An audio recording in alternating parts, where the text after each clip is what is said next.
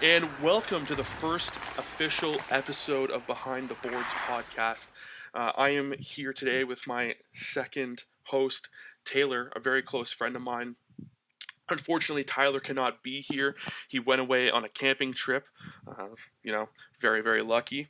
But with that being said, we do have a little bit of a job to do. We're going to get this episode out. We hope everyone enjoys. So Taylor is new to the podcast. I say new as if the podcast isn't new in itself, but he's new to doing this. We're kind of just going to do a brief little bit of, like a introduction, I guess you could say, to both of us. We already did it on the first episode, but I wanted to dive a little bit deeper into other sports that I got into, um, only just for the fact that this is going to be a multi-purpose sport podcast. And yeah, so for those of you that did miss our unofficial episode, unfortunately, after this episode and episode 2 comes out, that episode will be archived and deleted. So that episode won't be available. So what we're going to do is kind of give another introduction. So I'm going to go first. Like I said, my name is Nick. I am 26 years old and I live in Ontario. I got into hockey at a very, very young age. Dad put me into hockey, and I was playing in Hamilton, Ontario, at a very, very, very young age. I absolutely hated it. Ended up moving to Tottenham, Ontario. Ended up playing for a couple of years. Ended up hating it all over again. Um, I didn't really enjoy waking up at 6 a.m. It wasn't really kind of like my thing. I didn't really think that it was, a thing that a kid my age should be doing. But, I mean, it is, for me, it's a shoulda, coulda, woulda situation. Uh, all of a sudden, 2005, 2004 hit. Alex Ovechkin ended up coming out, and I fell in love with hockey once again. Um, not as a player this time, but, as a viewer, as a fan. And I fell in love with the Washington Capitals for a very, very long time. I never really was interested in the Toronto Maple Leafs, which was definitely a thing that was very prominent in my hometown, where almost every single person was either a Toronto Maple Leafs fan, or you get the odd Montreal Canadiens fan, or the odd Boston Bruins fan. But there was I didn't know anybody that was a Washington Capitals fan. That's when I fell in love with that, but I also fell in love with football as well. Football got me into looking deeper into teams, got me looking into deeper into stats and following coaching staffs and following general managers. And I fell in love with the Carolina Panthers. I fell in love with the sport in, in its entirety of football, and I fell in love with the NFL. I'm not a fan of the CFL at all. I know there's a lot of rich history there, but CFL is not my thing. I definitely love football considerably more. And just recently, actually, uh, I fell in love with Formula One. In the course of the last 7 years or so, it has been the thing I look forward to now every Sunday, from March all the way to November. 10 months of the year. I'm waiting every Sunday. I'm watching everything. I'm listening to broadcasts and watching podcasts about Formula One. I just completely fell in love with the sport very quickly, and yeah, that's kind of the purpose of Behind the Boards. I know we didn't really touch on that in the unofficial episode, but for the premise of the entirety of Behind the Boards is just super fans expressing their love for teams, or even their discomfort, or their hate. Just fans sharing the love of their sport and love of their team. And yeah, so that leads me to Taylor, and he's just gonna kind of explain to us, how he got into hockey, how he fell in love with the sport also. So Taylor. Yeah, yeah. I mean, being growing up in Toronto here, fell in love with hockey. My dad was always been a Leaf fan, and basically everybody I knew in my family was a Toronto Maple Leaf fan. And I grew up in the blue and white, and playing hockey, growing up playing hockey, and all of that. Um, had fun doing it. I really do miss playing hockey, and um, played most of my childhood or right up into my teenager years, and then started watching hockey, you know, a lot more and paying attention to hockey a lot more, and in the NHL as well. And yeah, I mean, my dad brought me into it. It's basically a heritage thing. I mean, I think that's a lot what happens with a lot of parents and their kids and how they become fans. They usually Yeah. get it from the dad, and yeah, that's what happened. And I mean, I yeah, remember you and I hanging out, at a, you know, 13 and 14, 15 years old. And that was what we always did. We just watched hockey before we did anything. Like, that was just kind of our, essentially our ritual since it was on so much. It's not like football. It's not like Formula One. It's not like UFC or anything like that. It's on every other day. And I mean, that was part of our ritual. I remember us sitting on your couch on multiple occasions, multiple. I think we were also together for World Juniors a yeah, couple of times. I think you yeah. and I were also. I think you and I were also together for.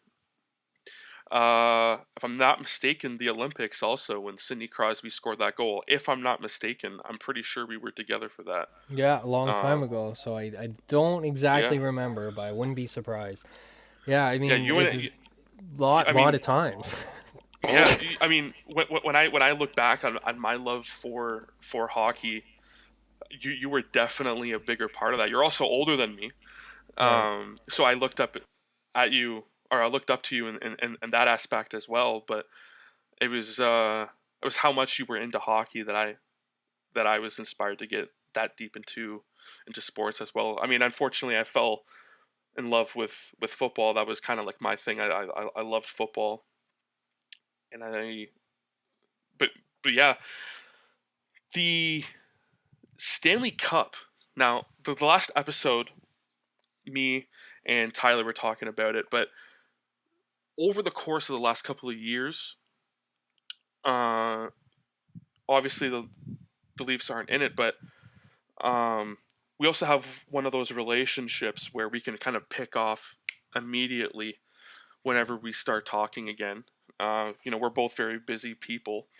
So I haven't actually talked to you about the hockey. I mean, we briefly shared some messages over through Hmm. Twitter Right.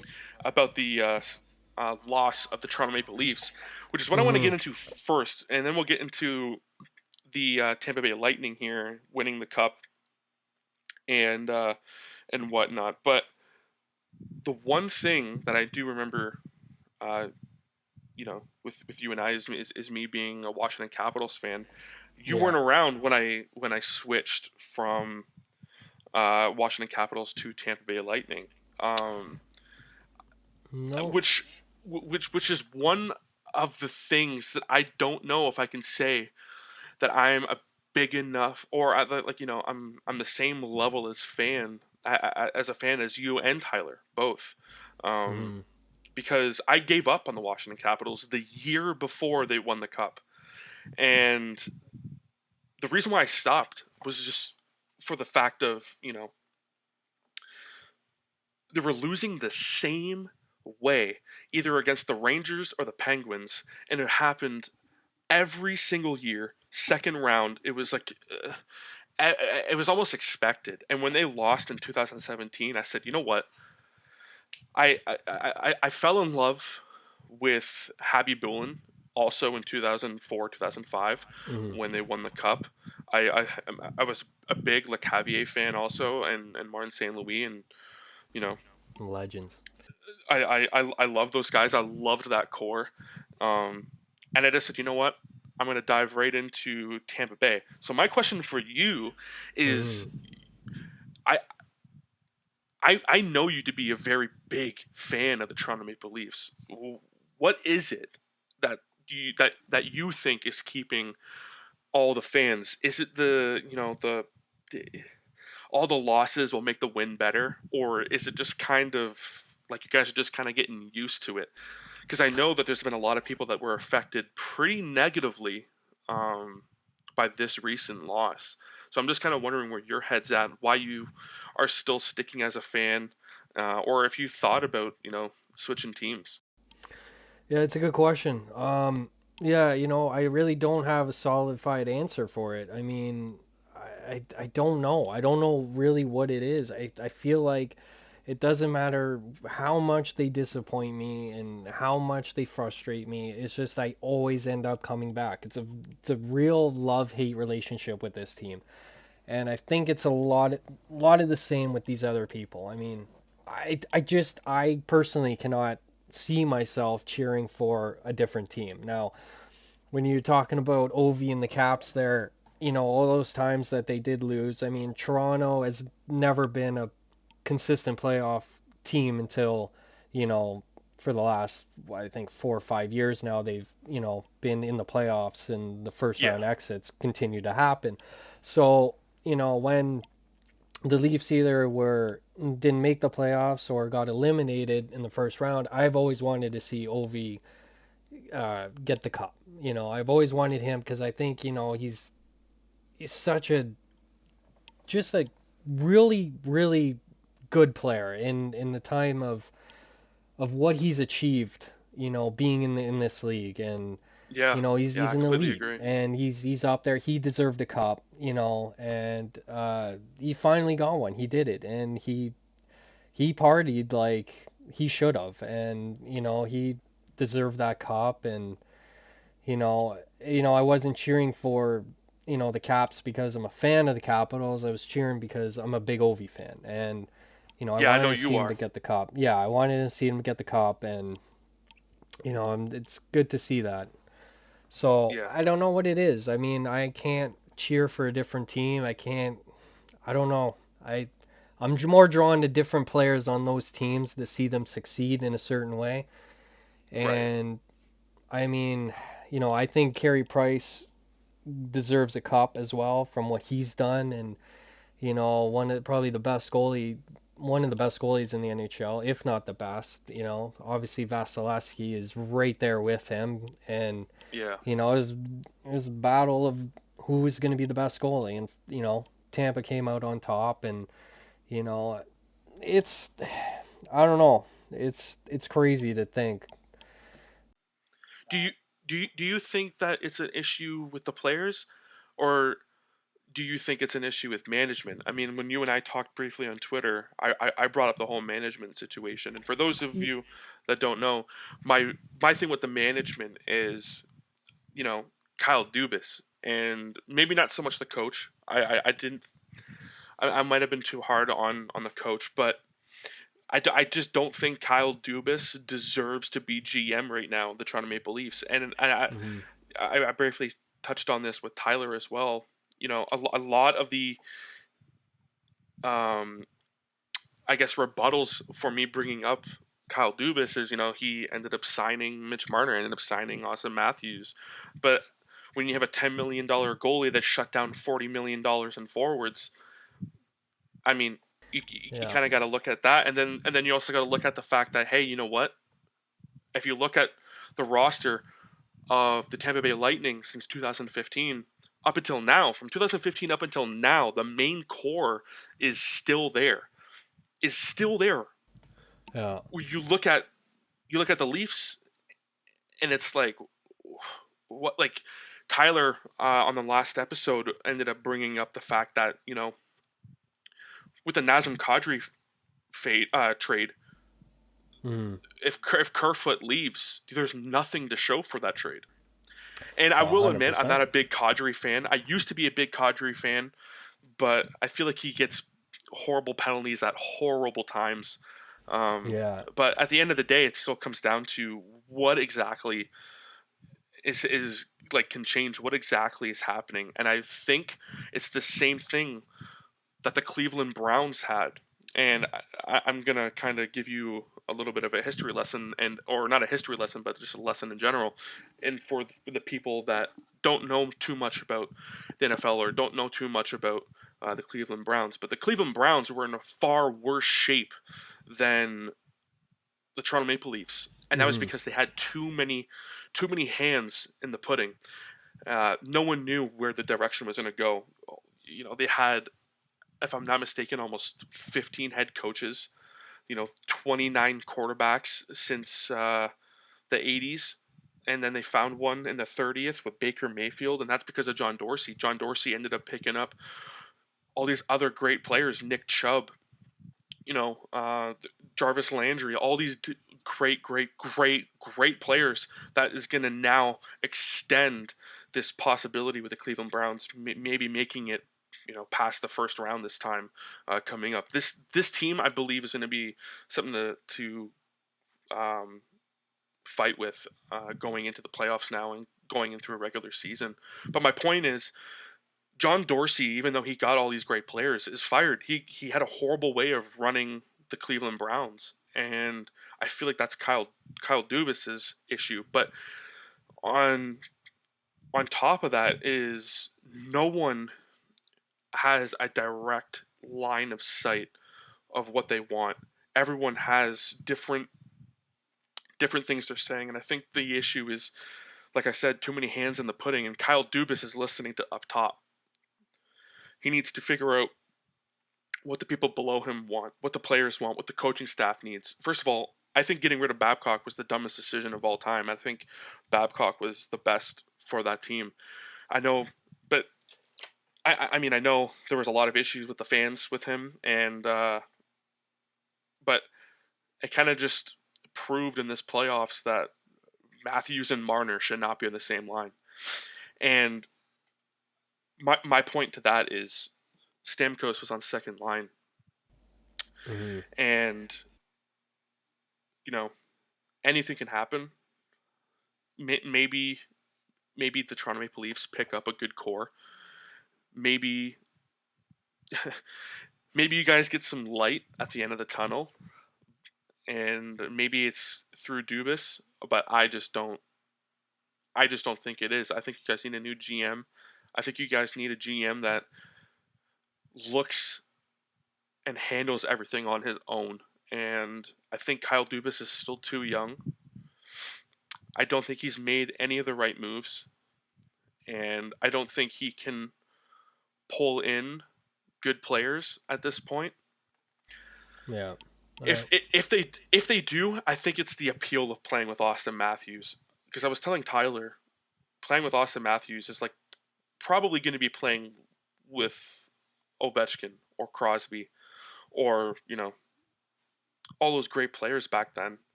And this is the new era of McDavid. But who's that other player? Is it Matthews? We don't know. I'm thinking it probably is. He's a great goal scorer. Is he on the level of Ovechkin? We gotta wait a couple years. But my thing is, or my question is, sorry, is where do you think the problem lies? Do you think it's in management, like I do, or do you think it's just kind of a big mess? And Yeah. I mean, for me, I think it's within in the roster. I mean, like what we had on Twitter there. I personally, I think what Dubas did at the trade deadline was great. I mean, he gave up no roster players. He kept everybody. Didn't give up anything, crazy. Yes, he gave up a first round pick for Nick Foligno. Yes, did Nick Foligno do absolutely nothing? Yeah, you could say that probably, but he was hurt. Who knows what it would have been like if, he was in the lineup the entire time. He like with Dumas, I don't know. Like for me, that I think he did all the right things there, and Sheldon Keefe behind the bench, I think he wasn't his fault either. Like for me personally, when I look at the collapse of what happened here this past playoffs, is there was no killer instinct, and the fact that you had a 3-1 series lead. Like there's no I just don't see anyone else to blame besides these guys. I mean, John Tavares went down with a real bad concussion, and that was basically the one thing that sparked them to go up 3 games to 1. They rallied together, and then all of a sudden they just what happened? Like there was no killer instinct. It went, and then it was 3-2, and then it was like, okay, well they're definitely gonna win next game. Like there's no way they lost. They got a rebound. Oh, what do you know? It went to game 7. And what happened in game 7? We lost. But the thing is, these guys they came back from 3-0. They came back from 2-0. These guys forced overtime. They played better all the time, and some of these guys I think is just there was nobody showed up. Austin Matthews didn't have a great run. Mitch Marner obviously really didn't have a big Did he have like impact at all. 1 point? Was it like 1 point through the entire series? Yeah, some really low like that. He hasn't scored in a long time, in the playoffs. Nylander, a lot of people shit on Nylander. Like, I don't know, man. This guy is probably one of the best contracts on this team for what he does. Like, you got to look at, other things. I think this season he had a way better season overall, and he brought that into the playoffs when needed. And he carried this team through the playoffs. Like, he was the best player in the playoffs. And, like Yeah, I agree. out of the top four, obviously not Tavares because he was hurt, but Austin Matthews, you got to be better than that. Like you're making 11.6. Mitch Marner, you're making 10.9 here. Like where are you? I'm a Which little is hilarious disappointed. to me. Yeah, like another one. I'm a little bit disappointed in Wayne Simmons. He had a real good go here in the regular season. He was doing good. Then he broke his hand or his wrist or whatever it was, and he just came back at the tail end of the season, and then went into playoffs, and then was no spark plug. Like he was supposed to be the spark plug of this team. Jason Yeah. Spezza, like he's 38 years old, and he was, the only guy like skating his ass off in the playoffs. Like Nick Foligno, for the games that he was there, what happened? Like it's again, it's very frustrating. Um, Jack Campbell stood on his head, you know, obviously with Him, Jack Anderson being, Campbell, and Nylander were your guys' best players by yeah. far. I mean, like like it's a team effort here, like you gotta everybody's got to contribute in some way, whether you're throwing your body around all night or you're getting in the face of certain players, and that's not what happened here. Like it's again, it's frustrating. And the one thing I wanted, like always I've told people, I was like, the thing that I want to know with this team, because of this new series of All or Nothing coming to Amazon, documenting the Toronto Maple Leafs throughout the season and into the playoffs, it's going to give us a look behind the curtain, like what I'm happened waiting behind for closed that. doors to I'm waiting see, for that. yeah, who is the guy, who's the, what kind of personality did they have? What was Who's the calling the room like? shots? Yeah, Yeah. What's the where's the locker room? voice there? Yeah, like what was it? Like what was the atmosphere in that locker room when they're down, or they're up 3-2 and they've lost, or they're in game 7, or like after these games, like I want to know who's saying what here. Like was there was See, you know see, that's where I think it kind of like with everything that you're kind of talking about and players not showing up. I think that has to lie on management. I think that has to be the coaching staff. Even before Sheldon Keefe, I think it has to be. I think it has to fall on them. I think there's no appeal to the team right now, and I yeah, don't I feel think. like the with the man, like for the coaching staff, obviously a coaching staff's got to play some part into it, be like, try to wake these guys up, send a message, do something. Yeah. And I agree with with the coaching part of it as not breaking up Matthews and Marner. The entire series. Knowing that they were both struggling, there was maybe brief moments in certain games that they weren't playing together. There was some line juggling, but it really didn't last that long. And No. that's what ticked off a lot of people, I think, with on Sheldon Keefe's part was that he did not, got the guy like Nylander who's been buzzing all playoffs to put him with Austin Matthews, who he's got fantastic chemistry with, Hmm. or Mitch Marner on trying him on a different line. Like that's where I think the coaching failed in that part, and I think that Sheldon Keefe needs to realize that what's not working, change it up.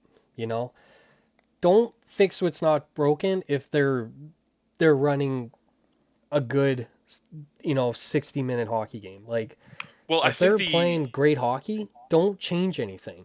But if I, they're struggling like they have been and what they did in the past playoffs, especially with Matthews and Marner, who $20 million between the both of them, over $20 million. I mean, you gotta try something different, and I think that's a big part on the playoff run there of having bad coaching decisions there. I think that something needs to be changed, and but do you want I don't to know know. why I think that this is a problem with Kyle Dubas?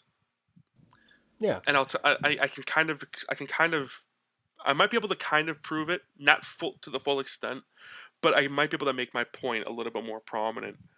It's that you're not talking about other players. And I think that is probably the issue. Like, there's really not much of a talk about other players, and that's because a lot of these other players don't matter. A lot of these other players are making under 2 million, under $1 million, and I think that might be an issue. Where, because like I was saying before, Tampa Bay has all these people from last season. I think there was a 5% difference. I ended up seeing in an article on Hockey News.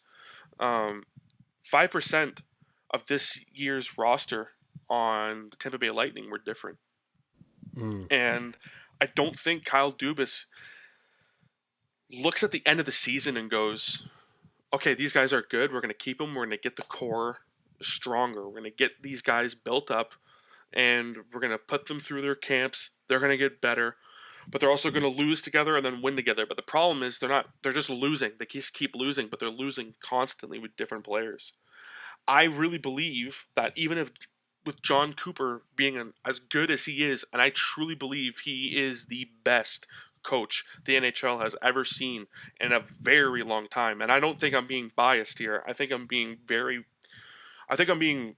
honest when I say that he is the best coach the NHL has ever seen, and he also has the longest contract with a team um, Right. than any other coach. But I think if he was even on that team, he would either be fired within the first couple of months or he would be let go after the first season or because of this reason or because of that reason or because of the fans. I don't think that I think everyone is listening to everyone else and I think that's the issue. And what I mean by everyone listening to everyone else, I mean the management listening to everyone else. I feel like they're not engaged with the players and I think that is what I'm hoping for to see in this Amazon series. I want to know how the coaches, the entire coaching staff, I need to see this. I really believe I need to see this because it's been so long for the Leafs to win that I need to be able to take a small peek behind this curtain, as little as Amazon will let us, and I need to see how the coaches interact with the players because I feel like that's a very big point. And you can look this up. You can look up John Cooper and the way he talks about his players. You can look up how he interacts with them, and he he he talks to Brisbane says, "Listen, I can get you guys to win. I can get you guys a cup, but you got to let me do my thing." And I feel like Babcock tried that, and because the fans didn't like him, is what it feels like. It doesn't feel like he was fired for any reason other than the fans. And you guys are still losing. So I don't know. I just look at it as you guys need players to stay. You guys need players to experience losses. I think the 2015 loss still affected the Tampa Bay Lightning going into their, 2019 season when they lost against the Columbus Blue Jackets in having the greatest season the NHL has ever seen, tying Montreal Canadiens for most wins in a season at 62, and then getting swept by the Columbus Blue Jackets, none other than the Columbus Blue Jackets. Mm-hmm. And but like those guys were all together, they all experienced that kind of loss. That's why that's why I think that it has to come down to management. I don't think it's the players' faults. I think what it is the management giving way too much weight and putting way too much weight.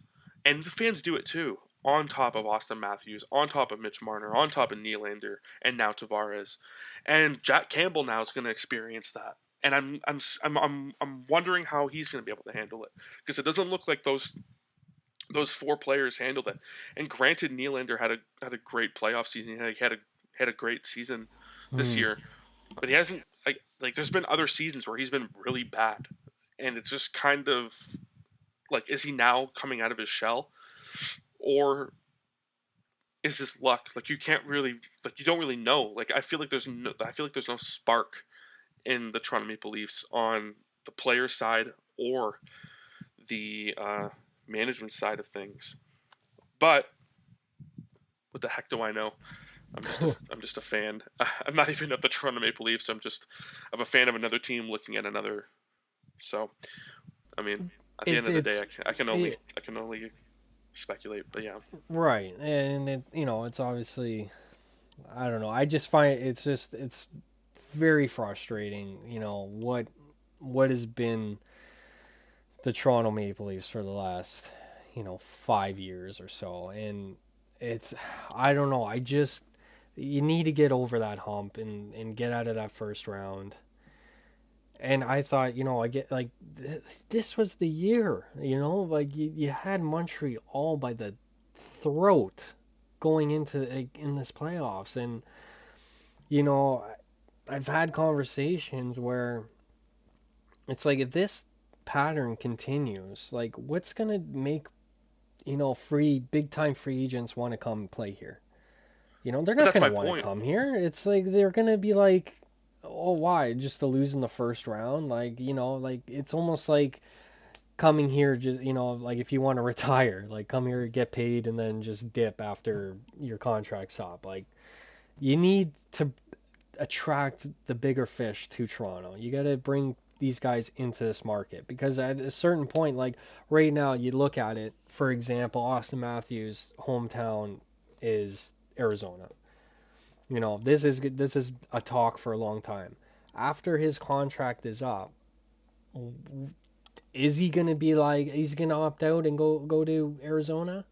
Like that'd be a massive loss. Like it's frustrating because like it makes you worry that like we don't start succeeding in any way possible and even getting out of the first round. Who's gonna want to stay here?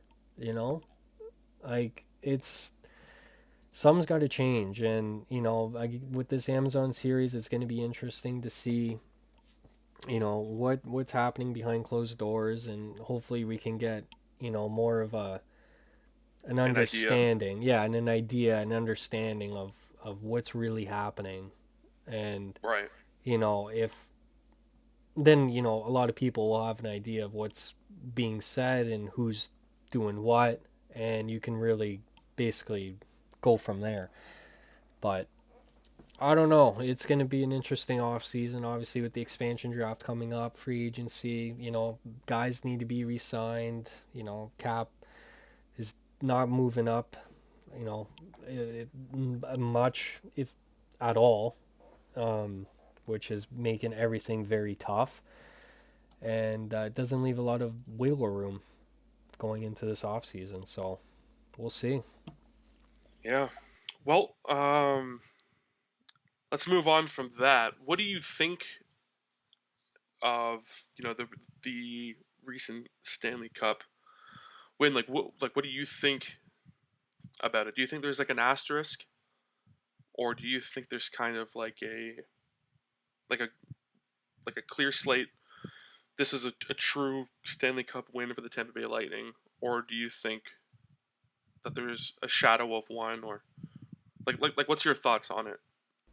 Not Um, not that not the actual how it, like how the players played, but just what do you think of like this overall season, a shortened season, and then how the Stanley Cup kind of played out to finals, then all of a sudden players being allowed, or sorry, fans being allowed into the stadium and whatnot. Like, what what are your thoughts on that?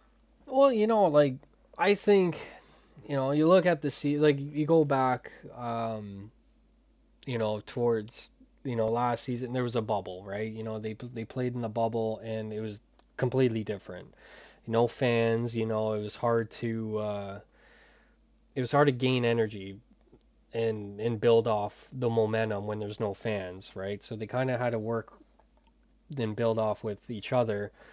And coming into this season, and then they kind of got used to it. So I mean, it just it seems like a lot of teams like did I don't know, like once the fans came back, that I think that's when it really it really turned over.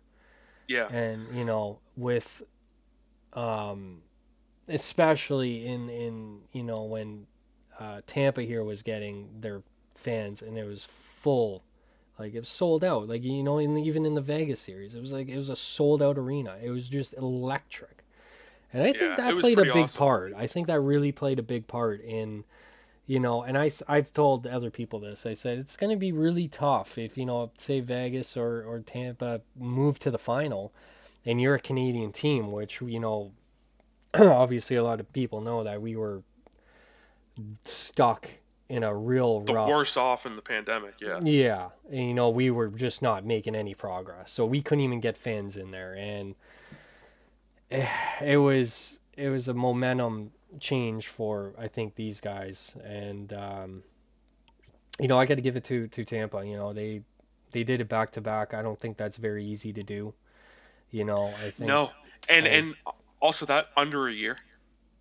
yeah, yeah. I mean, you don't have a lot of time in the off season. Like you celebrate, you party, and then you're right back at it again. So Exactly. it's yeah. I mean, I don't think it's easy to do. So I think they did a good job.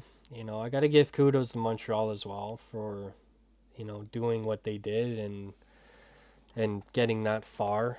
I honestly didn't expect that path to happen. I thought for sure that was going to be Toronto, but Carey Price is elite. I think he really carried Montreal to that final. And that's just me. That's just my opinion.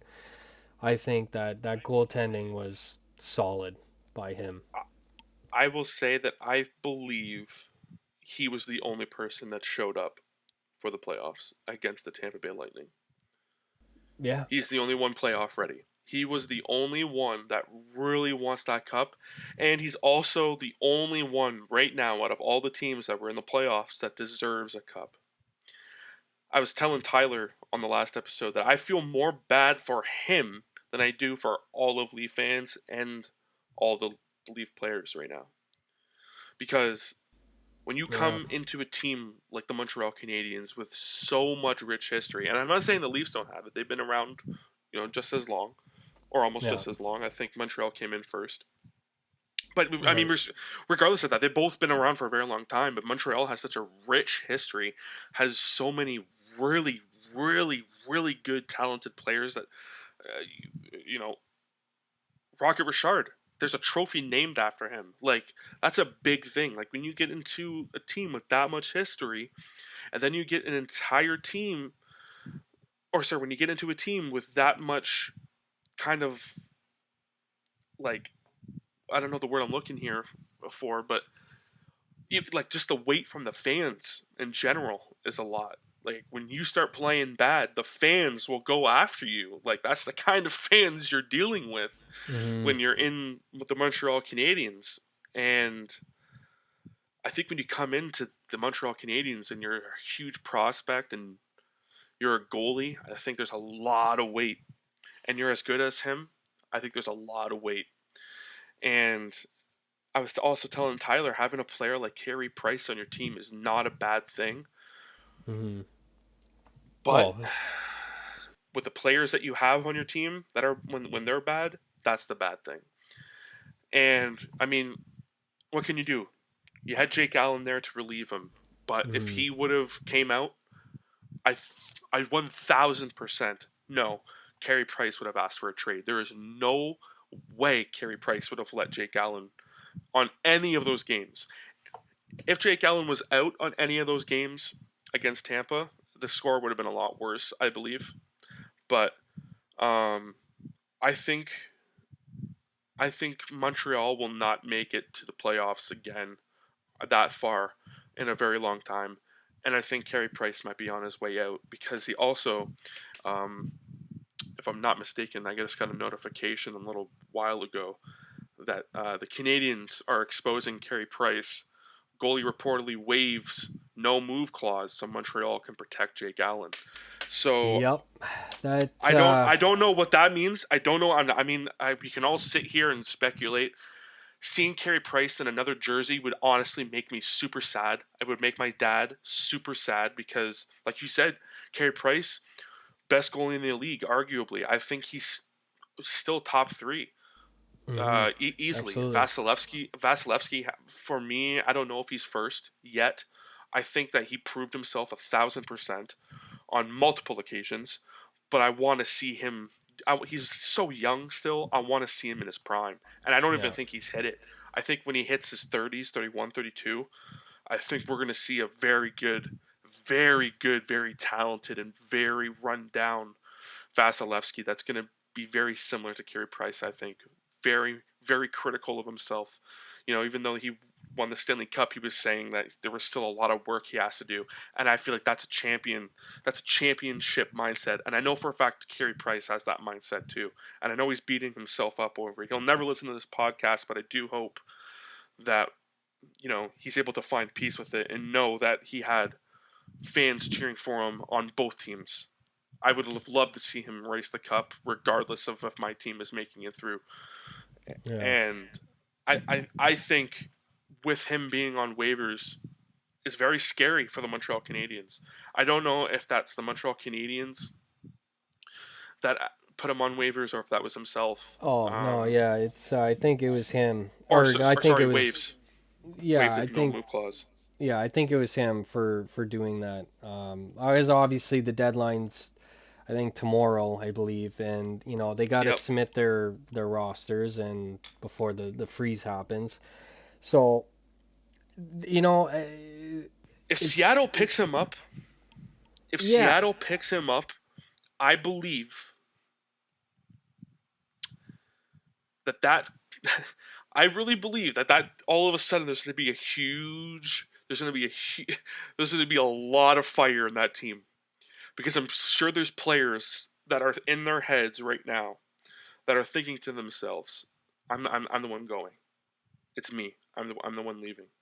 Like I'm sure Kerfoot is thinking that or Hall, which are my two suspected players on the Leafs that I think that I might be going. Well, one of them might be going. Yeah. But I'm thinking that there's definitely players thinking that. But if you think that Carey Price is going to be on your team, even if it's for 2, 3, 4 years, that has to be a huge boost. You must Oh be getting yeah. excited, knowing that there's a Yeah. possibility he's a $10 million goalie. Is that the right move for Seattle? I don't know. There's other goalies for them to pick up, 100%. Yeah. But Well, I mean, you when you leave them unprotected like that, I mean, if you're Seattle, what do you do? Are you gonna claim a $10.5 million goaltender? Like that contract, he brings a heavy contract with him over to Seattle, but I mean, it's Carey Price. Like, how could you not? Like, you know what I mean? Like, Absolutely. I like when I ended up seeing this, I was like, there's no doubt in my mind. There is no doubt in my mind that Ron Francis is sitting there shaking his legs, looking at his phone, getting stoked, going, okay, this could be a shot. But again, like you said, he's a $10 million goalie. I don't know how long he has. I think he's got 4 or 5 years left. That's what I mean. Like he can finish off there. Yeah, absolutely. He's 33. That'll bring him, probably to retirement. And like, 100%. you look at it. If you put him in the blue paint next season to start the next season as Seattle's starting goaltender, like you got a real good shot of building a team with chemistry to come out and just 100%. do maybe what Vegas did and go to the Stanley Cup final. Like, it's just crazy to me. Like, to me, if I'm sitting in the GM spot of Seattle, like, depending on what the other teams have, like, submitting their list of who you can take. Who are the other goalies? I know Hudobin is probably going to be on there from Dallas. Yeah. Yeah, Like, I don't know. I'm curious on seeing but that's the who's thing. going Like to be when you have, unprotected. when you have like, I mean, but here's the thing: should Seattle build their roster around Carey Price? Like, would that be a good idea, or should they get concrete, good enough players? Maybe top 20, top 25 players, and then look at a goalie, or do you think that the goalie should come first in this situation? I really believe, like, I'll give my side first. I think getting Carey Price,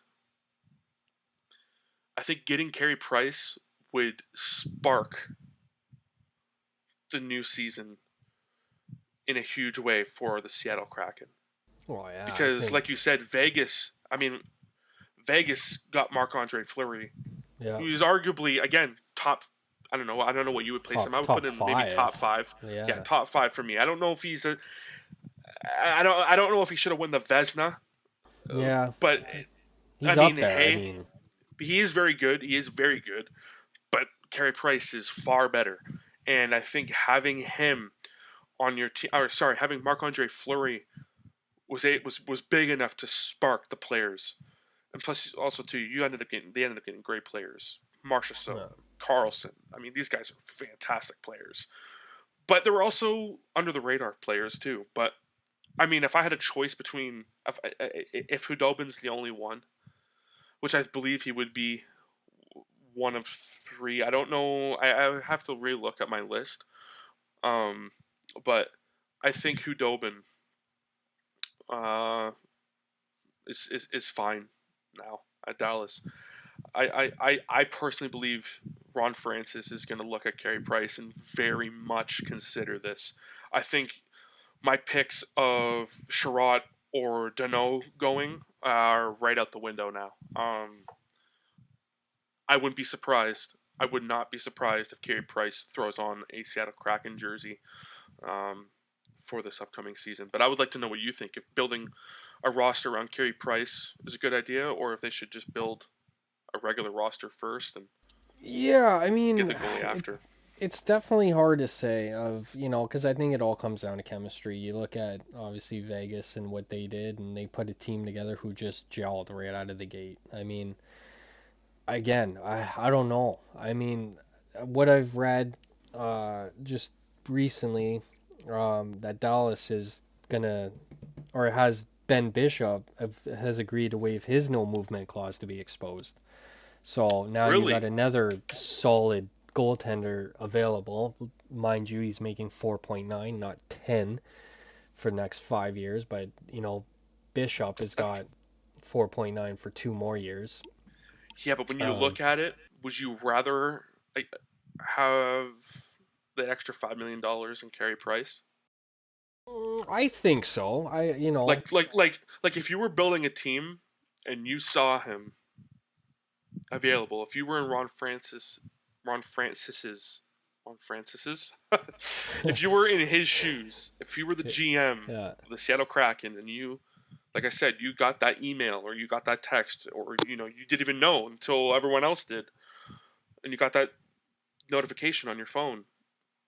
Yeah. Are you ignoring every other goalie at this point and going, okay, Carey Price is all mine? Well, I think it really depends if you're, analytics type person, you look at the save percentage, what he's done, how he's performed over the past couple of years, you could really dive into the numbers. But I mean, looking back at the beginning, or no, sorry, the end of the season ish, where Carey Price really, really struggled. He was having a real hard time, and he was sent down to the AHL near the end of this regular season.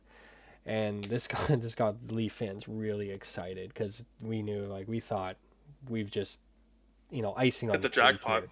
Yeah, so he came in, he was hurt. He got, him and Gallagher went down to Laval to play for the HL for conditioning, and two goals on four shots on Carey Price from the Marlies, right? And it's not the confidence you need, especially with the playoffs right around the corner.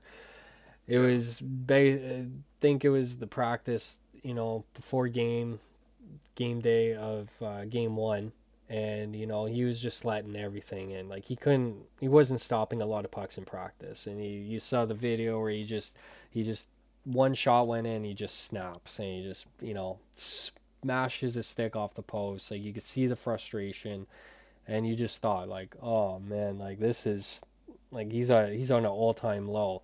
But then all of a sudden, I mean, like it was a game five or whatever, 4 or 5 there, and he just shut the door all the way to the Stanley Cup final. And obviously not much of a chance against Tampa, but I mean for that If I'm run. being honest, though, if I'm being honest, Hmm. if it was any other team but Tampa, they probably would have won. You think Montreal would have won the cup if it was? I believe if they were even against the Islanders, they would have won. I Yeah. think the problem is with Tampa, they're so good. Oh, They're it's elite. so good. I They're think elite, that man. I it blows my mind when I watch them play, Yeah. and I mean, I'm shocked constantly. For the last two periods of what I believe was Game Three, they weren't getting past the center ice. yeah. Tampa I was just mean, shutting them down so hard that I just don't think Montreal expected to play a team like this. And unfortunately, it was Tampa that they had to face off against. I don't think the Islanders, granted, brought them to Game 7, was good enough. Um, I think they got lucky a couple of times, but if the Islanders have made it through, Montreal would have been the one racing the cup. I just yeah. think that Tampa wanted it more.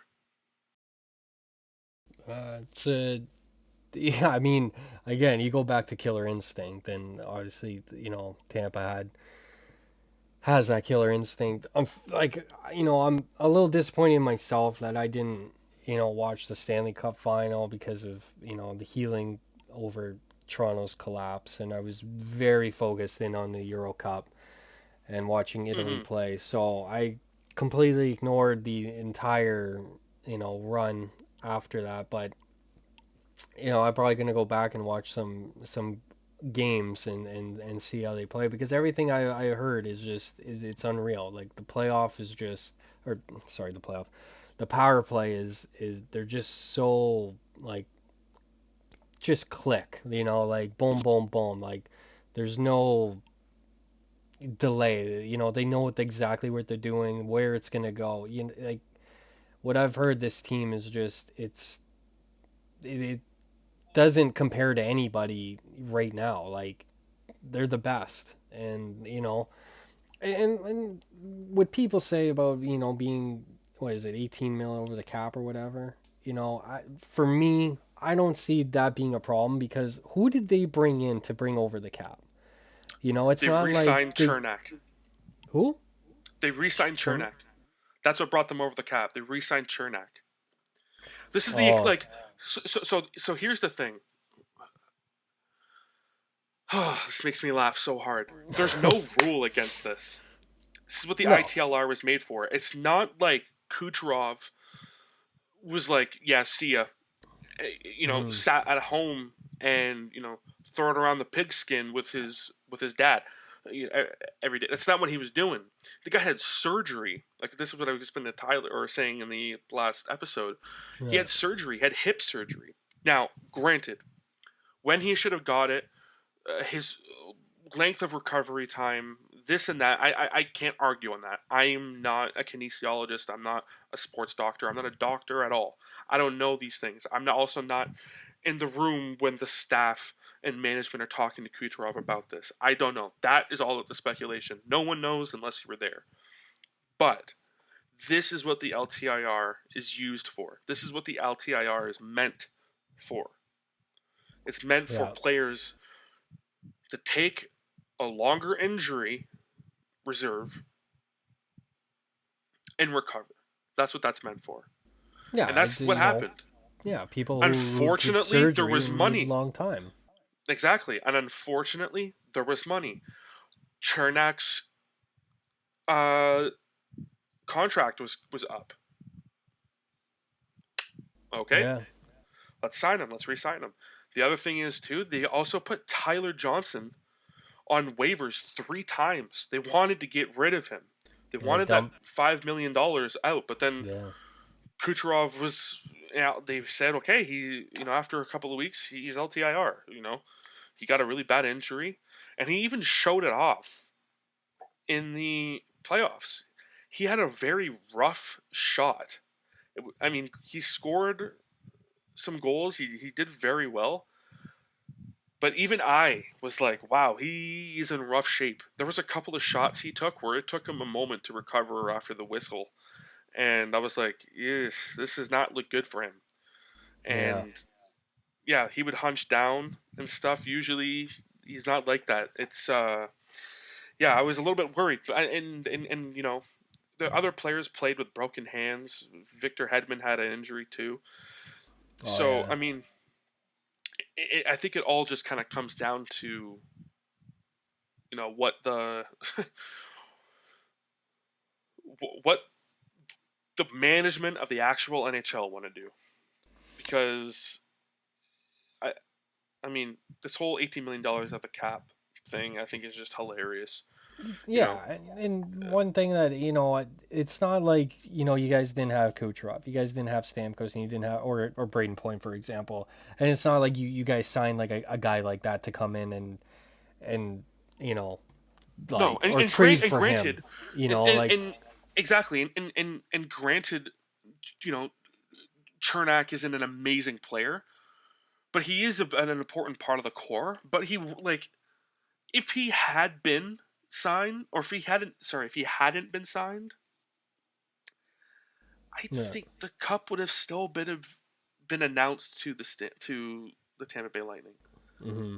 I don't think he played that much of a big role in order for them to win the cup. And like you said, if they would have traded for him, or if it would have been some other way, then Yeah, I mean, like, it's not like you traded, even, you guys still had this roster and you brought in, say, like, I don't know who was trade bait at the time, maybe Taylor Hall. It's like you didn't come in and bring Taylor Hall in, like, trade for him and then put you over. You didn't have, like, a crazy dynamite player to, big star to come in and do it. Then you could be like, oh, well, you guys had, Taylor Hall too, right? But no, it's not what it is. And I think, did you guys get Blake Coleman from Jersey around the trade deadline? If I'm not mistaken, I'm not 100% sure. hmm But I yeah, mean, Blake Coleman's a solid player, but he's no Taylor Hall. He's yeah. like it's just the team gelled. The team just came around and they gelled together, and that was it. Like I don't. I think they exactly. I think they just understood each other. I think they practiced a very long time with each other. I think they just knew.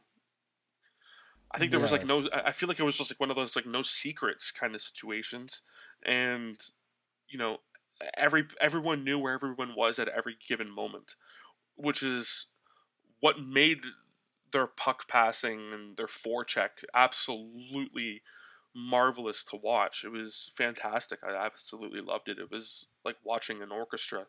It was, Yeah, it they was had insane. a Exactly, system, and and it they just played worked. it. Yeah, they worked. But getting into this expansion draft here, um, on the topic of Ovechkin, he's an unrestricted free agent right now, and he does Yep. not have a move clause. Yep. He's up. What do Yeah. you do? What do you do about that right Oh, there? I don't know. Do you if you're Ron Francis, do you approach him, or do you kind of give Alex? I feel now this is going to be controversial. I know there's going to be fans that watch this that are Sidney Crosby fans and Pittsburgh Penguin fans. I believe that he right now holds the accolade of best player in the NHL. Hmm. And I. I feel like for me, I know you're also a big Alex Ovechkin fan, so you and I are very Hmm. biased. Yeah. But I think this is coming from a non-biased look. You especially have watched hockey more than I have, Yeah. and I think with him holding that accolade, I think that you wait. If you're Ron Francis, you give him the benefit of the doubt to approach you. I don't think you approach Alex. I think if he wants out, Yeah. he'll go to Seattle or he'll go to another team and say, "Hey, listen, I want another cup." But can he win another cup on any other team? Him and Backstrom's chemistry is insane. Yeah. And with Kuznetsov, you got TJ Oshie. You have great players, Yeah. on the Washington Capitals. You have players that if you're not on the ice, they're going to be able to succeed, like Kuznetsov, like Oshie, Yeah. like that Lars Eller kid, Tom Wilson, who is arguably my favorite player in the NHL. I don't even care. Oh I yeah. love him. I love him Guy's, so much. guy's awesome. Yeah. Questionable hits, but big hits. I just love him. I think he's a classic goon. But I mean, at the end of the day, do you think he could end up throwing on a jersey? Imagine, you know, Mm.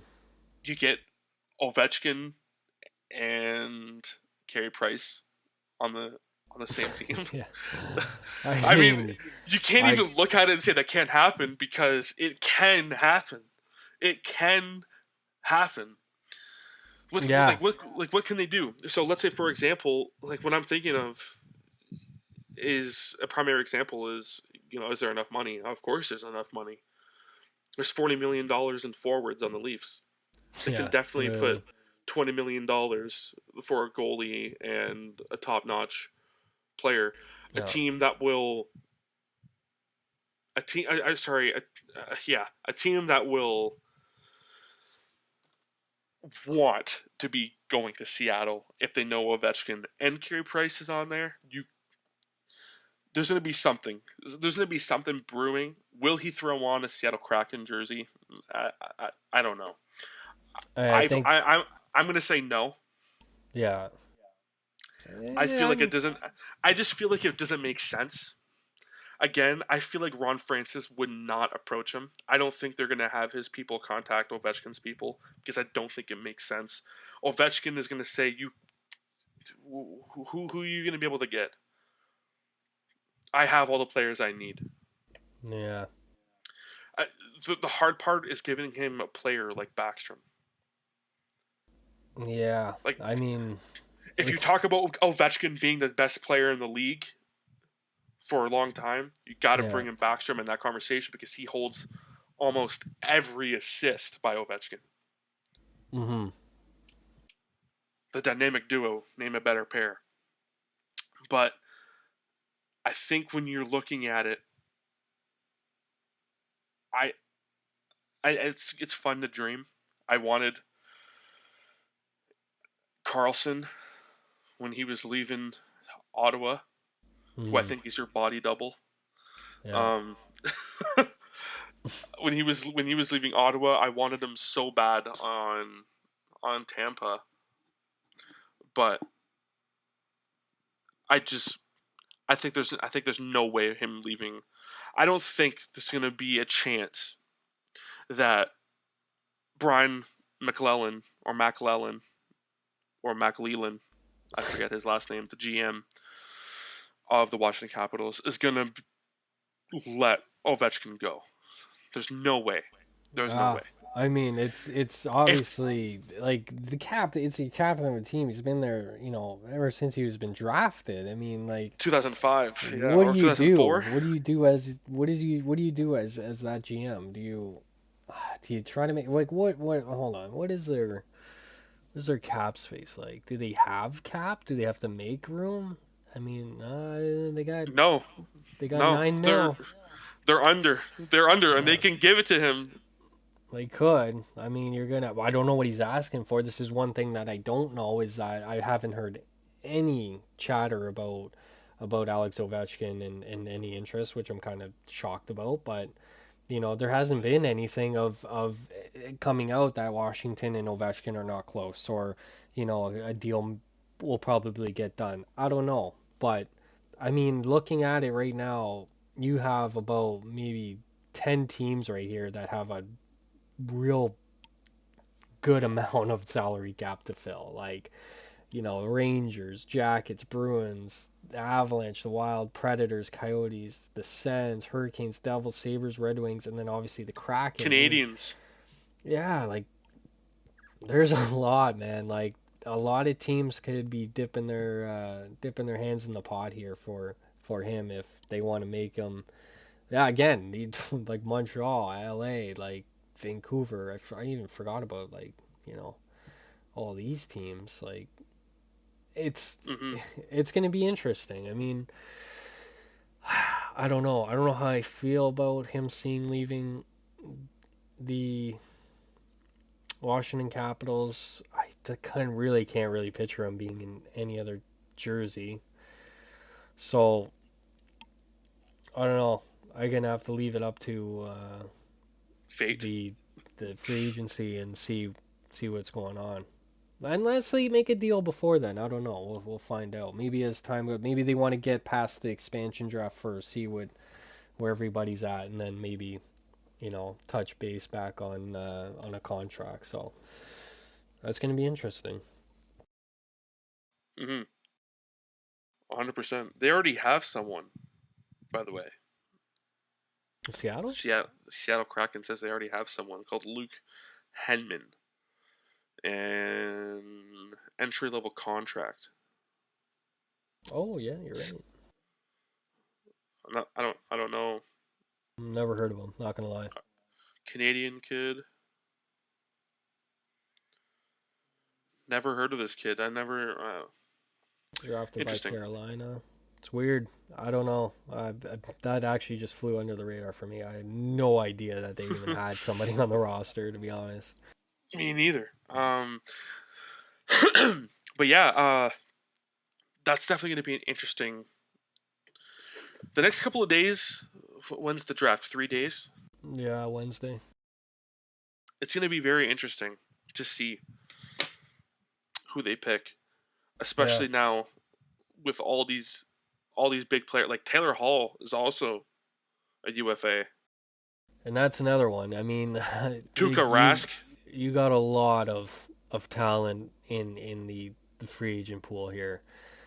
What like as Seattle, do you try to bump the cap down, take players, that you give yourself a little bit of wiggle room, and then try to target guys in the free Actually, agency?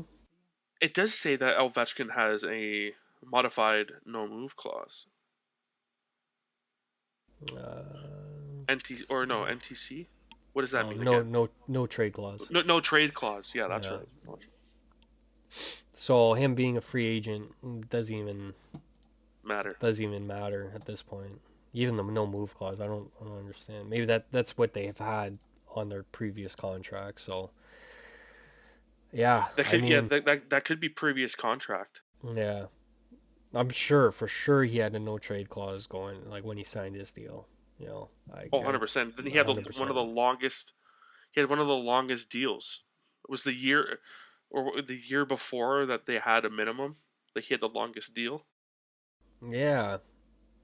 What did if I'm not he? mistaken. He got. Yeah, he got signed to like a long time. He got signed in. Was it 2004? Because he played the year after the lockout. Yeah, it was a 13-year contract. Yeah, so I think he had the longest contract after the lockout. I don't think you can. I think the max now is 8. Does that make sense? I think. I'm I not think it is 8. 100%. Yeah, I gotta Tuukka get back Rask into hockey. is open. You can pick him up if you're Seattle. Yeah, I mean, there's a lot of good players here. Taylor Hall, where is he gonna go? Yeah, it's What do gonna you be got so here? weird. Dougie Hamilton, Gabriel Landeskog, Nick Foligno. Obviously, he's not gonna sign back in Toronto. I think though the Seattle picks up DeBrusque. DeBrusque, yeah, Jake DeBrusque, Yeah, Boston. I think it's gonna be him or that Lauzon kid. Yeah, I can see Jake DeBrusque. But let's let's move on from this. So we kind of talked about it that you're not really where I mean you're more worried about getting into the topic of other sports Yeah, and whatnot. Same thing with Tyler too, and Tyler is very interested in trying to get into another sport, and that's just because I think of how him being a fan of the Toronto Maple Leafs has hurt so much. I think he wants something else to follow, yeah, and one thing that and this is even for the listeners too, one thing that I would highly recommend if you're into uh, just like sports in general, I think Formula One is like the perfect sport. And there's so many reasons why. And one thing that I would say to start off doing is just watch videos of the drivers. There's a lot of um, interviews and a lot of pieces on just the Formula One YouTube channel that are right. great pieces, and they show off the drivers in a very very natural kind of seamless way. A lot of the drivers also stream and whatnot, and you end up kind of falling in love with like their personality. And Right. what I'm curious of is, you know, Formula One is a sport that I have noticed since becoming a big fan is not a sport that many people like or even really know. And to kind of to kind of give an example, the girl that I'm dating, she sees me, watching Formula One all the time. She had no idea it was called Formula One, and she asked me what I was doing one day, and I said Formula One, and she asked if that was a sort of medication, and I said no. It's a sport. It's a race. It's motor sport. It's racing. Like with the cars I watch, and then we had a nice laugh about it. But there's not many people that know much about Formula One in general, and I'm wondering on your end why, like how come you never kind of dived into that? I'm kind of curious to know why you never really dove. I know you're into soccer. I know you've always been into Yeah, soccer. yeah. That's one thing that Big I would say you're soccer guy. probably. That's one thing I was going to say, that you're probably just as passionate about soccer as you are about hockey, especially when you're playing. I feel like, I mean, you and I are very very close, and I used to go to your hockey games, and I used to go to your football games, or your soccer games also. And I'm just wondering what stopped you or what prevented you from looking into Formula One or other sports. Yeah, I'm not 100% sure. I mean, I think obviously hockey and soccer were obviously being Italian, soccer just kind of just comes to me, and hockey I just fell in love with. You know, um, I've watched basketball. Obviously I follow the Toronto Raptors. I follow. I've seen lacrosse. Little bits here and there, but not anything that I know completely of. And uh, NASCAR, I could never get into it. I was at a not a NASCAR race, but like a race like that, and I don't know, it just never sparked my interest in any type way.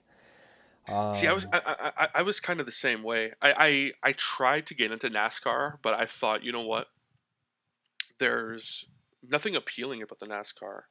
no, Um, yeah, it just kind of it was very boring for me to watch. So that I understand. yeah. But um, what are your thoughts on Formula One? Like I don't know. I've never seen a race. I never dove into it at all. I think it like especially with everybody that has been around me, it's hockey talk or soccer and Hmm. other sports what I touch up on. But yeah, I don't know. I just never seen myself uh, going into and looking into Formula One or you know NASCAR, whatever. Um, I don't know. I guess that's what it is. I just never found the opportunity to watch it, and I never brought into it. I guess it's probably the Right. best way to put it, right? So I don't know. Well, I will say that um, I think it'd be pretty interesting, even trying to get Tyler into it. That the three of us one day watch a race and Right. kind of talk about it and see what we all think. I really believe that Formula One is arguably one of the most beautiful sports out there. I was recently talking about it with someone else, and the way I explained it was baseball has all of these has all of these stats that don't really matter. How many times you tap your foot, but imagine if all of those stats mattered and to kind of implement that into racing. There's so many rules. There's so many things that make the overall race so interesting.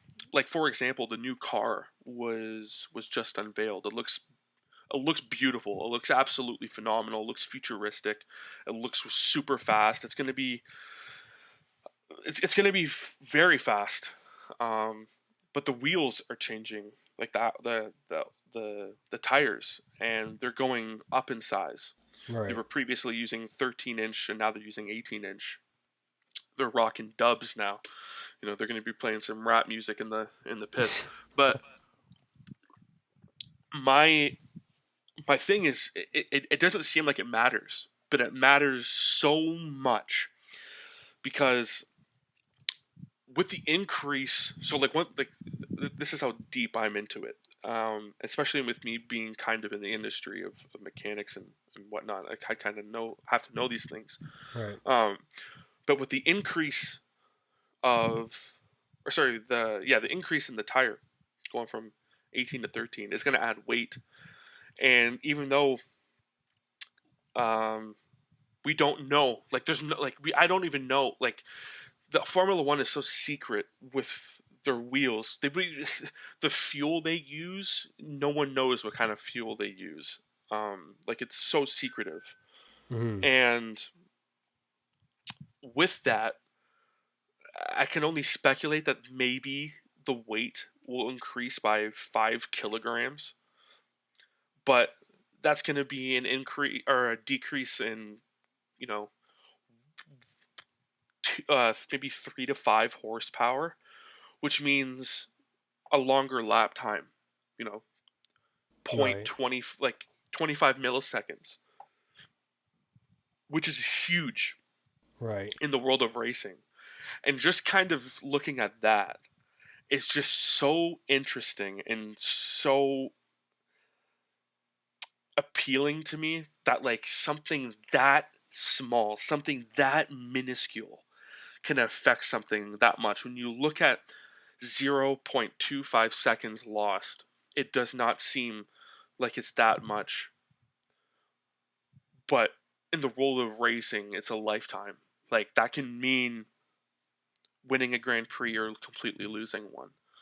And I Right. find that so interesting. The other cool thing about this sport, and it might be because it's only 20 drivers, but everyone gets along very, very well. I mean, I'm sure there's probably some drivers that don't like a certain driver, but they have a very good way at not showing it. Everyone seems super friendly with them. You know, all these drivers are worth more than $2, $3, $4, $5 million, and you know they're all hanging out, enjoying their time together. And it's the other thing is too, everyone is so likable. And one how I got my brother into Formula One, um, or how I would like to get my brother into Formula One rather, is there's a Netflix series called Drive to Survive that I would recommend you, Taylor, and all the other listeners to watch. The series is great. It's on Netflix. You know, small little shout out, but it's a great introduction to people that want to get into the sport. I think it's beautifully filmed. It's beautifully edited. They don't really talk too much about Mercedes, um, and some other constructors like Alpine, which was not Alpine, it was Racing Point. Um, but or no, Racing Point was Aston Martin. Sorry, but yeah, they they mostly touch on uh like Haas or Renault. Haas is another isn't the only American Formula One team there, and they're struggling. They haven't really made it past middle of the rankings in a very long. I don't think ever actually. Um, and the other weird thing is too, there's such a rich history with all of the constructors, like Williams being in the drought that they're in after dominating in the 80s and the 70s and being one of the like a force to be reckoned with, and now seeing them struggle again, you know, barely just making it above Haas in regular races. And it's very interesting to see. And you know, Ferrari, you know, everyone thinks of Formula One and they immediately think of Ferrari. They're not even coming close right now to, you know, top of the grid. They can't compete, which is weird Wow. to me. It's insane. They haven't won a constructors championship, which is um like the final, like at the end of the points of both drivers together. That will determine who wins the constructors, and they haven't won since 2008, Wow. and it's appalling to me. It doesn't make sense because, like I said, you think of Formula One and you think of Ferrari, and now with the newer driver or with the newer fans and with the newer drivers, you know, when I think of Formula One right now, I think of Lewis Hamilton, who is so hard. Like, it is so hard for anyone, I think, to dislike him. I absolutely love him. I think he is a treasure to Mercedes and to Formula One. Having a person like him as like your Alex Ovechkin or your Tom Brady of Mm. the racing world, and how Right. nice he is absolutely insane. It's absolutely insane. And he has won just as many championships as Michael Jordan, as Tom Brady. You know, having seven drivers drivers championships is insane. Is insane. Yeah. The last time for someone to do that was Michael Schumacher. Again, Ferrari. I think getting into the sport would be really interesting to see on the outsides, because I've always been on the outside, and I'm really into it. Now I'm in, I'm in different communities and whatnot. I have a lot of friends now that I talk to about it that are really into it just as much as I am. Some even more than me, and I think it'd be really interesting getting someone that I know very well into the sport. And I think getting into it, firstly, is just watching the first episode of Drive to Survive. And like I said, if you don't love everyone there, it's going to be interesting Mm-hmm. to see, because like I said, there's 20 drivers, and even now I love Lewis Hamilton, but I also really like Charles Leclerc, who's the primary driver for Ferrari, but I also really like Lando Norris and Daniel Ricciardo, who are the drivers for McLaren. But I also really like Mick Schumacher, who drives for Haas, who's the son of Michael Schumacher. And like watching him progress coming into Formula One was a was I don't even know how to properly explain it, but it was beautiful to see. And yeah, it's definitely like Max Verstappen, right? Like everyone on that shows up on the grid, everyone that shows up at race day is they're all very, very interesting, very likable people, and I think that is something that not many sports can say. That might be because of the amount of people that they have, and the limelight. Like hockey, there's hundreds, football hundreds, but baseball hundreds. But yeah, I think that would be very interesting to see your take. I think that would Yeah. be my, if I could offer homework, that would probably be my homework, is to at least watch the first episode for me, and also Yeah. to the viewers too. I would, if you were kind of on the fence of getting into Formula One, because it's definitely a very big passion for me. I would highly recommend watching that episode. Yeah. I definitely will try to remember that and give that a go. Because I mean, why not? And see what it's all about. Maybe I'll enjoy it. I don't know.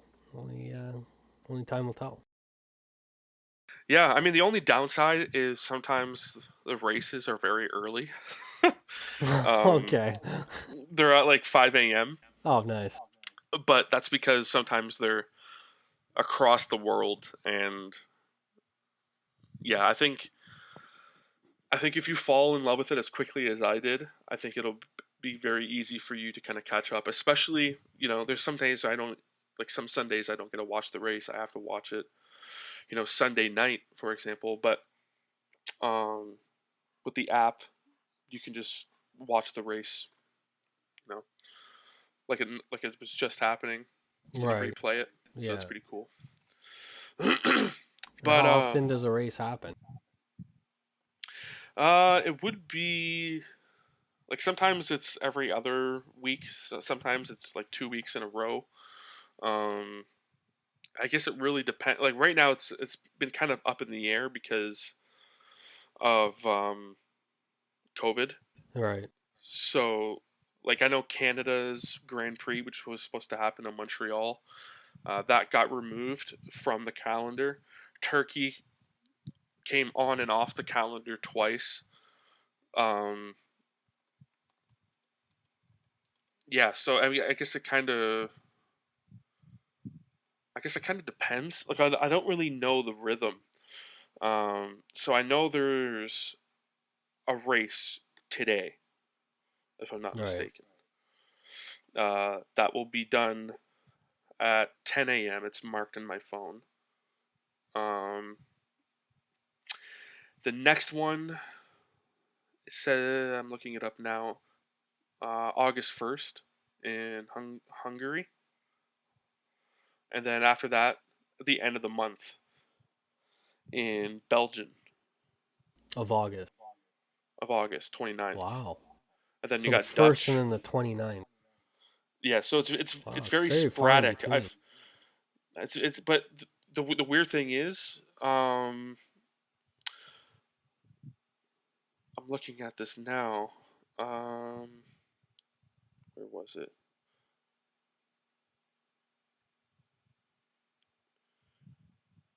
So the French Grand Prix happened on June 20th, but the Steiermark Grand Prix, I don't know if I'm pronouncing that wrong, but it's the Red Bull Ring, the track that is like the home track of Red Bull, Right. happened on June 27th, so 7 days later.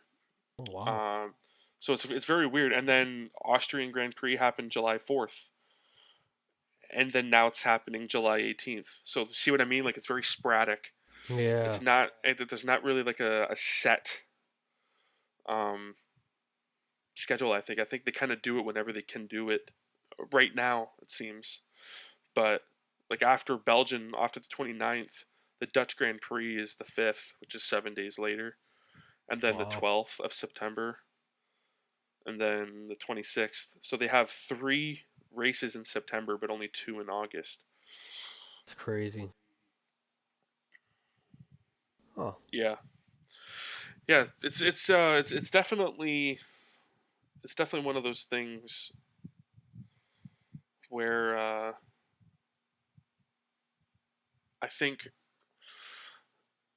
think what makes it really easier to fall in love with is once you kind of get that connection with the yeah. drivers. And like I said, it's very easy. It's very very easy to fall in love with this sport, and it's very easy to get to get upset.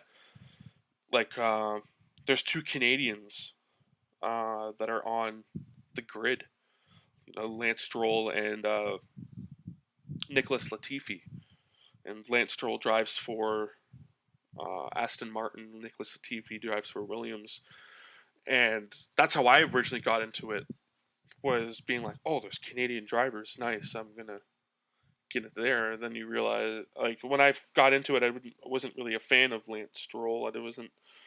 I kind of there's a huge.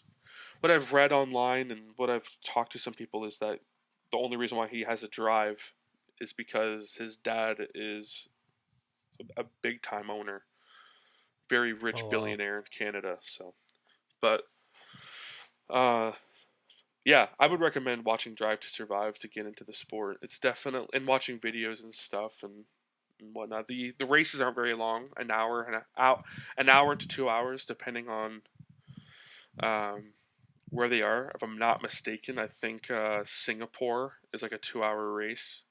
Oh, Um, wow. but it also depends on how long, like how many kilometers the track is. Yeah. Yeah. So it's not like 50 laps every single you know track. One will be like 77, one will be 51. It just depends on how many kilometers the track is because they have to Right. kind of measure off the fuel. But that's like the other thing too. Like there's just so many things about Formula One that is just so cool. Like even playing the games, I think are some of the most realistic um racing games I've ever played, and it's so hard. And I'm I got into getting like a steering wheel and whatnot. Nice. I would say middle ground, nothing too crazy because they can get like really expensive. Yeah. But yeah, it's definitely a very difficult game. But I don't want to dive too deep into that. Um, what I'm thinking is maybe we kind of go back to hockey. Maybe kind of talk about different people we have that might get picked up in the expansion draft. I want to get something like that Okay. going. See if maybe we get anything correct for the next time that we get on the podcast. We'll kind of check that and yeah. So with this expansion draft, What do you have? Do you have anything written down? Do you have anything that you think? Um, no, I mean, I don't know. I mean, it's hard to tell of who's gonna be getting, who's gonna go, who's gonna stay, and until the actual lists come out. But I like the only thing I really know is that they're trying to move Kerfoot to Seattle to free up that 3.5 to I think they said they want to try to get Gabriel Landeskog, but what I've heard is Landeskog's asking for like 8 to 9 mil of for his next contract, and Yeah, they're also, do we? but Avalanche is also not protecting him. Yeah, I mean, I don't That know. also It's that just came out actually.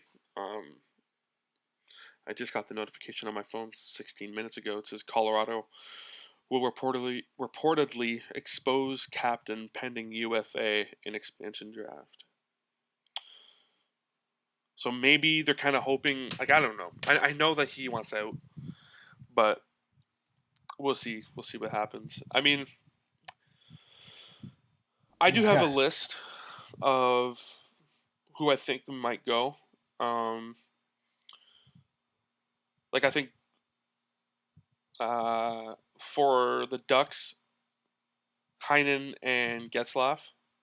Getzlaff maybe. I think Heinen might. He's a restricted free agent. Getzlaff right now, I believe, is a UFA. yeah, I'm pretty sure. Um, Arizona. Uh, all I have is Ranta. Yeah, He's a UFA also. Boston, DeBrusk, maybe yeah, he's 3.6. He's 3.675. Uh, but I really think they would go after that Lausen kid. That Lausen kid might be pretty interesting. And then going down in alphabetical order, Allmark, sorry, unrestricted free agent in Buffalo. Maybe Okposo. Ooh, I don't know. Pozo, is he old, isn't he? No. For me, if it was, I just don't see them protecting him. That's my only thing. I don't see them protecting him. yeah, I'm thinking Jeff Skinner.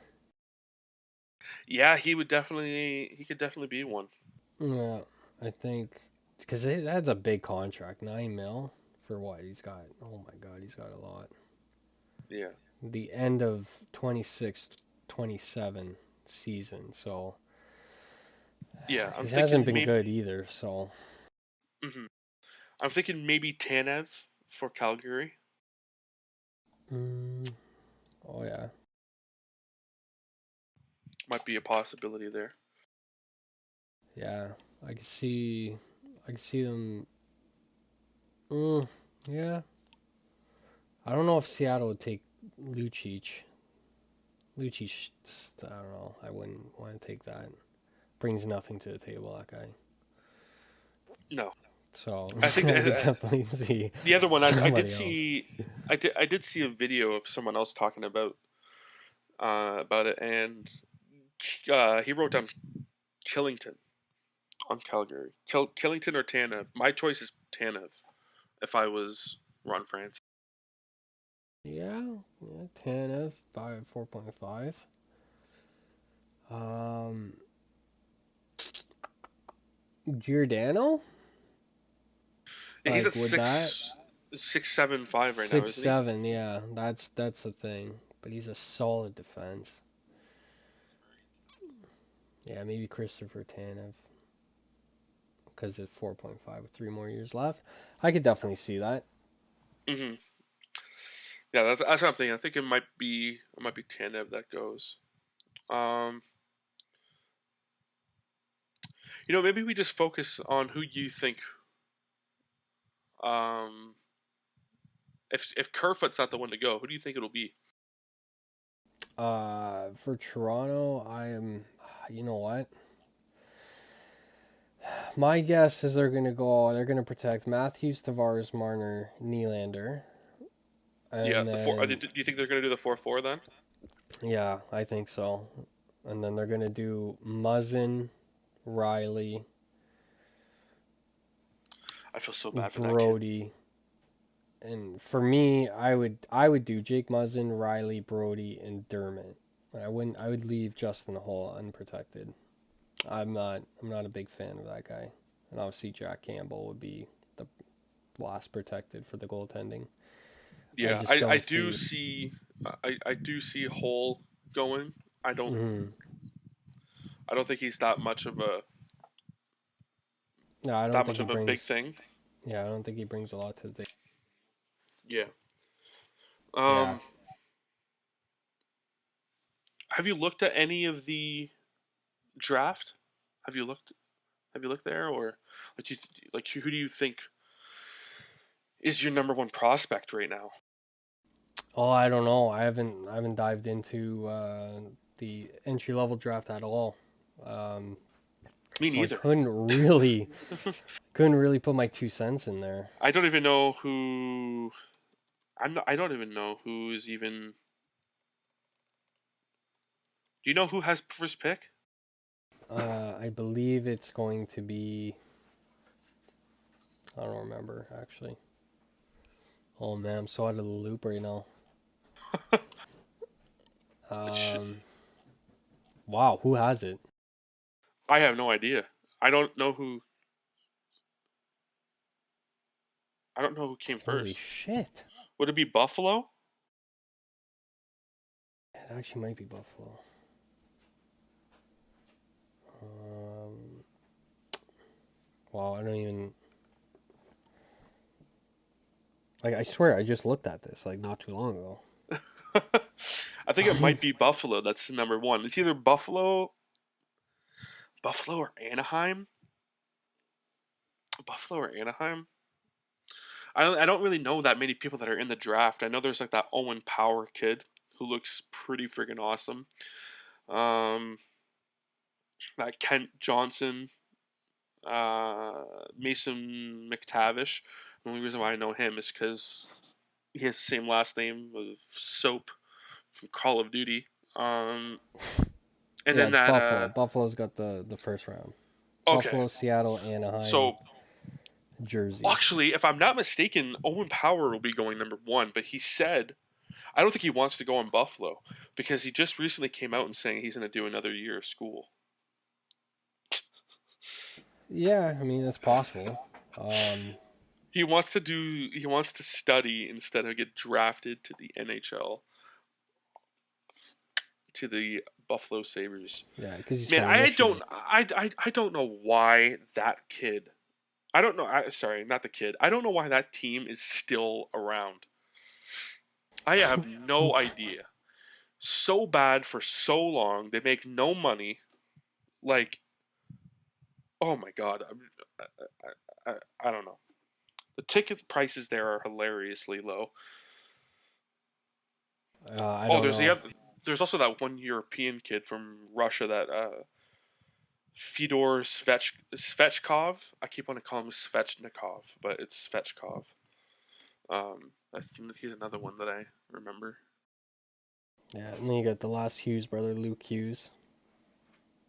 He projected. I think he's supposed to go to Jersey. That's what mock drafts are saying right now. But we'll see. Play with his brother Jack. That'd be pretty big. Yeah. Well, I think this episode is going to come to an end. It was a great first time that we ended up getting the unofficial out. It was great to see the response and whatnot, getting a little bit of the views that we did. We have a lot of big things planned. Uh, Hopefully, we have a full roster of our own going into episode 2. Hopefully, Tyler can get back soon and we can get an episode out after or even during the expansion draft, and maybe we can get a little bit of our reactions in there as it happens. I think that'd be very awesome. But until then, keep your head up and your stick on the ice.